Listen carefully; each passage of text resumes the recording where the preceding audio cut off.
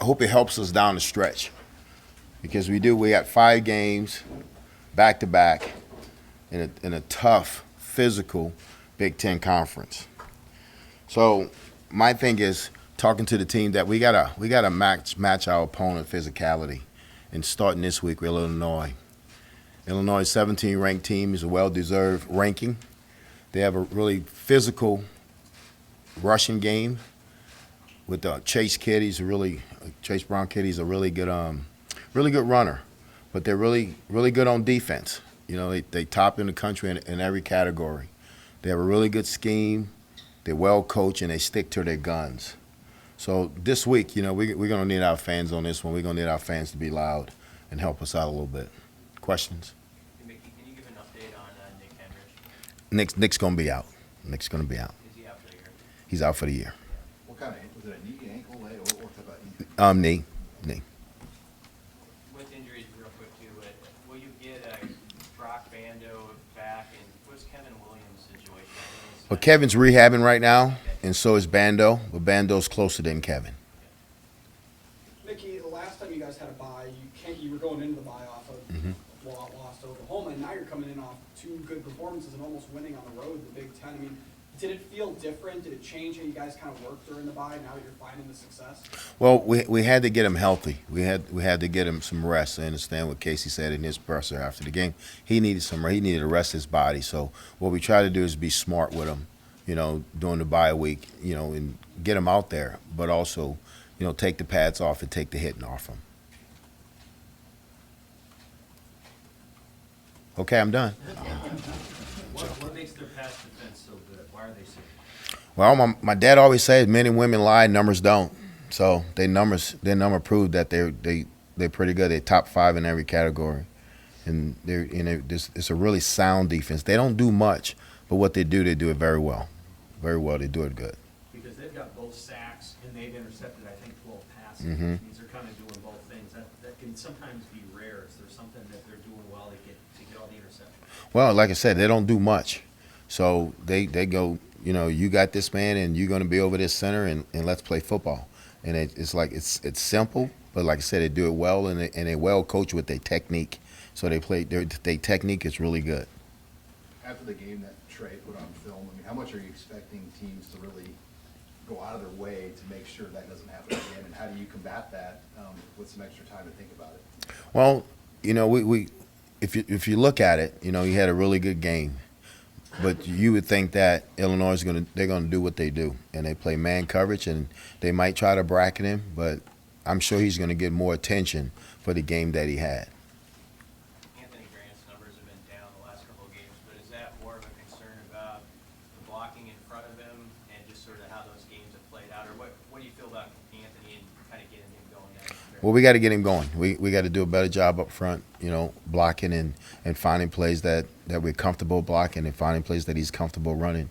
So we got to do a better job as a coaching staff to get that done. And we worked on that. The coordinator stayed in this week off the road from recruiting, so they worked on that. So maybe we can get this thing going this week. We got to get him going. You're right. Mickey, how do you feel about the offensive line after the bye week? Did they get a chance to regroup a little bit? And are you feeling a little better about them? Well, we beat up. You know, we beat up front. You know, we down a couple of starters, but I feel good about them. I feel good about the bye week they had, and I felt good about their practice this morning. So they still giving us really good effort, and they really practicing really hard.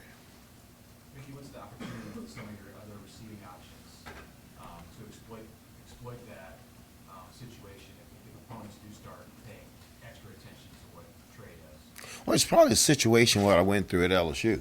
You know, about the 4th game of the season, they started doubling Jefferson, and then Chase went off, then Terrence Marshall went off, then Clyde Allaire went off. So we're going to have options if they take Trey away. If they try to take Trey away, there's nothing we can do about it. But the other guys know they got to play football if that happens.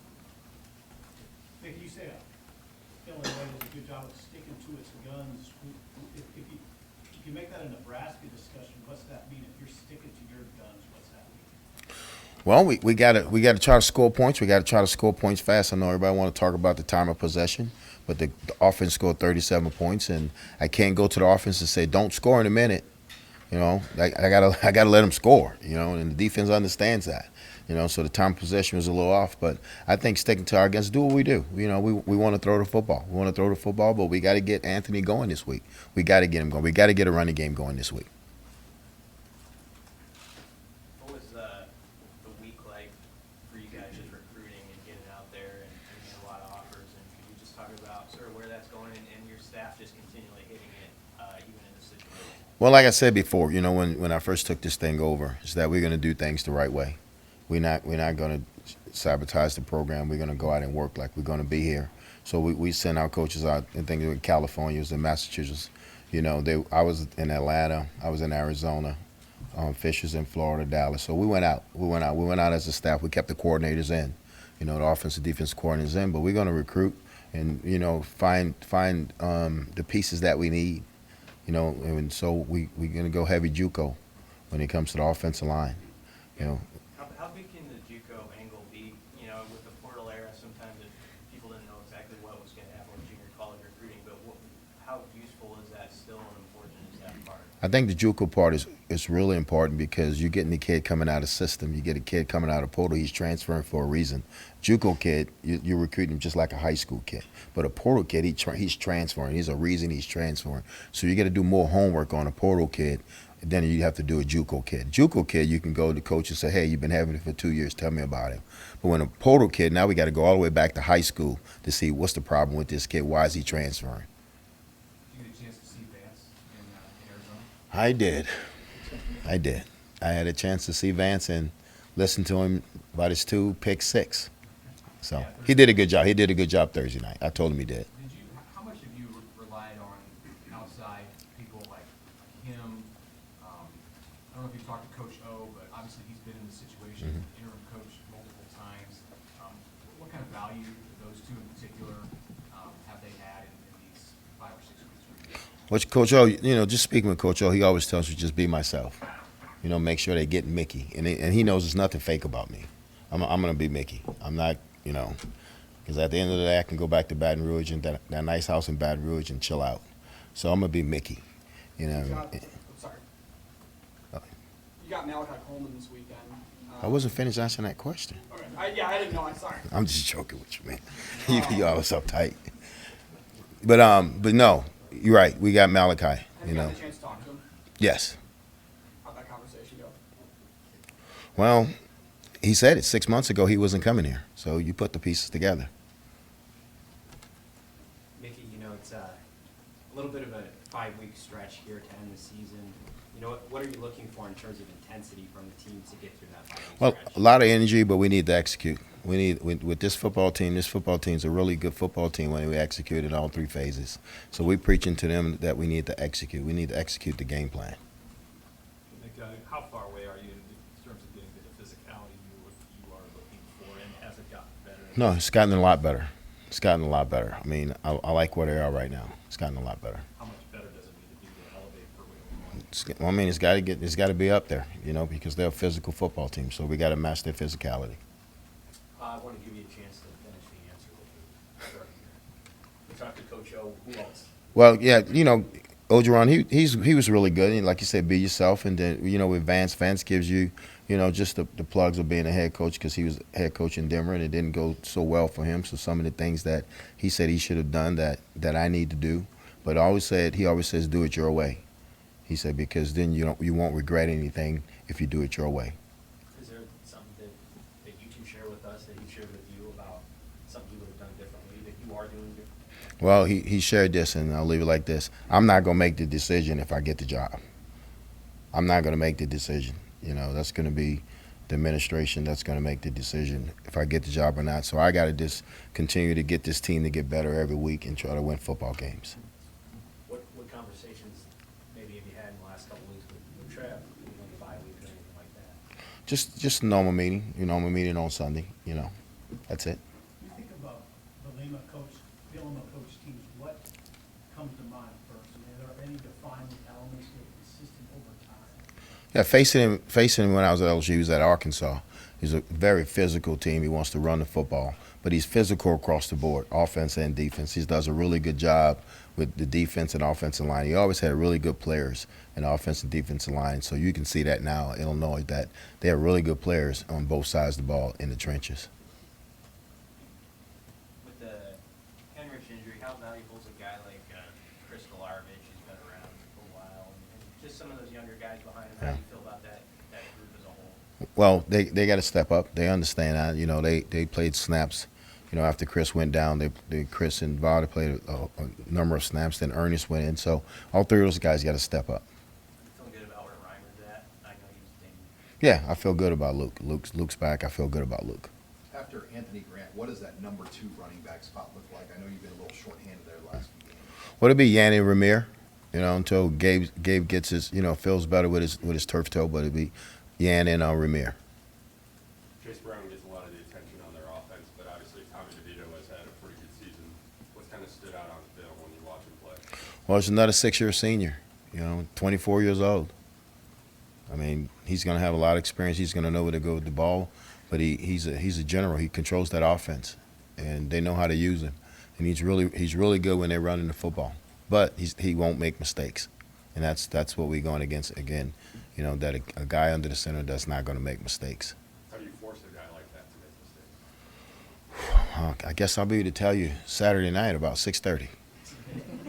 Hey, pursuant to the question about other receivers having to step up if teams double cover Trey, how do you feel like Marcus and Oliver and Brody and Alante have been playing in the last 4 weeks? I thought they've been playing pretty well. I thought they've been playing well. I thought they've been open. They've been open on occasions, and I think Oliver, he always comes to the sideline and says, make him open. And when I look at the film on Sunday, he is open. He's a kid that can run with really good receiver skills.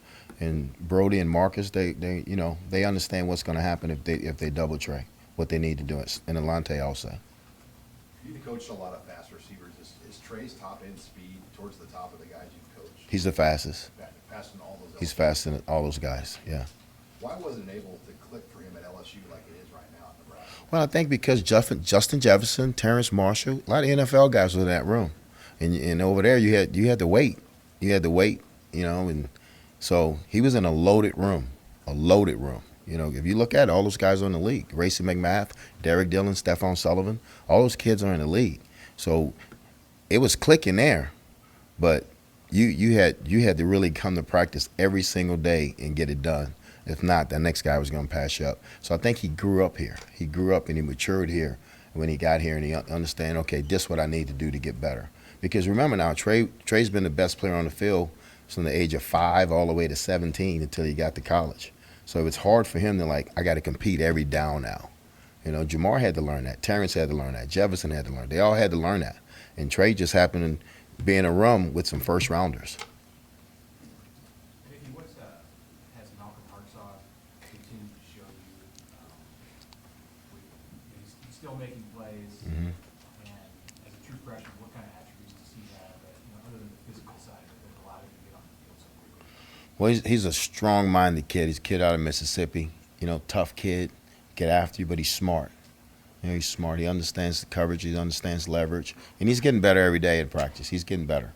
And he understands that he's a freshman and that they're going to throw at him. He understands that, and he welcomes the challenge. Coach, last 3 games, you guys have been able to make really effective second half adjustments. What do you think it's about your staff and your team that you guys are able to do that so often? Well, you take your hat off to the coaching staff. Coming up with a different plan the second half to seeing what's going to work, and from the first half what didn't work. Then you take your hat off to the kids, for executing the plan. So it's a lot of work that go on at halftime. Do you find yourself still having to build the kids' confidence up, and do you often still tell them, hey, the West is still there for the taking? Well, we show them where they're at. We show them that they're right there in the middle, and they're going to play the #1 team in the West this week. So they still control their own destiny. But, I think their confidence is there right now. They believe that they can win. Just noticing on the flight home after the Purdue game and the look on their face, they were hurt. They were hurt. They were upset that they let that game go. And I got to do better with them. I got to get them over that hump. But they're a different team. They're a different team. When did you see that switch flip with them? Right after the Oklahoma week. you know, after everything settled down for them and they start believing in what we were doing. And so it's right after the Oklahoma week. One or two more?